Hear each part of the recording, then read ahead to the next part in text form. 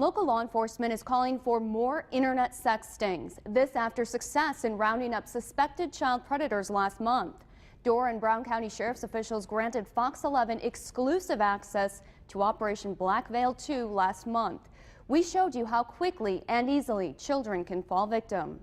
Northeast and Central Wisconsin authorities headed up the operation, which led to 15 arrests in 6 counties.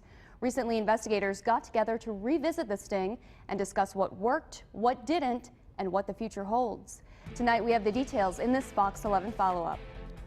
There's a lot on the line, this type of crime. We saw it happen time and time again. 171 to command. Our cameras captured arrests across Brown County at gas stations, a pharmacy, and even a bowling alley. In these cases, the suspect thought he was meeting up with an underage boy or girl for sex. I think just that case alone really kind of shows how important this kind of work is. A little more than a month after the undercover internet sting, It was like clockwork this last time. investigators involved with Operation Black Veil 2 got together to discuss how things went. Even with the manpower that we did have, we couldn't keep up. We were busy as it was.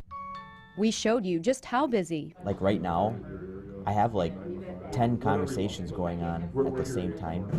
At the Door County Sheriff's Department, investigators posing as 15-year-old boys and girls used Craigslist to target potential child sex predators. Some of the responses you get and the pictures that they send back, it's, I don't know, it's kind of disturbing. The undercover officers chatted online with upwards of 1,000 people during the 4-day sting. We are in conversations right now where they might end up meeting. More than a dozen of those chats ended with a man meeting not with a teen, but a swarm of police. I think it was a success. Investigator Jim Valley says the 15 arrests show there is a problem in the community and points out whether that number is a success is all in how you look at it. You can look at it as the positive side that we're taking these people off the street that could harm our children, and you could look at it that we're maybe not doing it enough.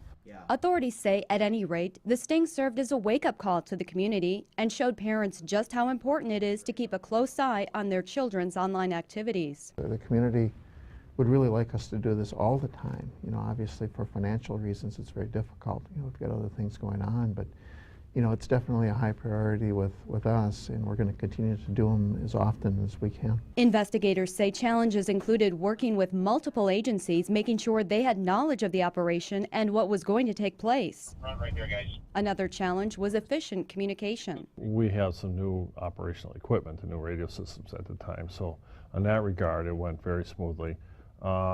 Working with cell phones back and forth between my office and the office up in Door County, I think we can look for a better solution. Investigators say the amount of activity they saw online during this last sting shows the need for more undercover officers working the chats.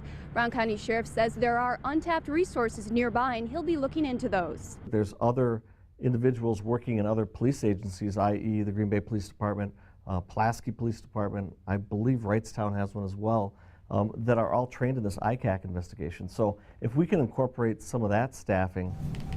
The sting was the first of its kind by these agencies to include a weekend. Investigators say their busiest times were Friday and Saturday nights, and they feel it's important to include those days in future stings. My thoughts is, you know, a 7-day operation or more. You know, I know that's not feasible at times, but you know, we need to be.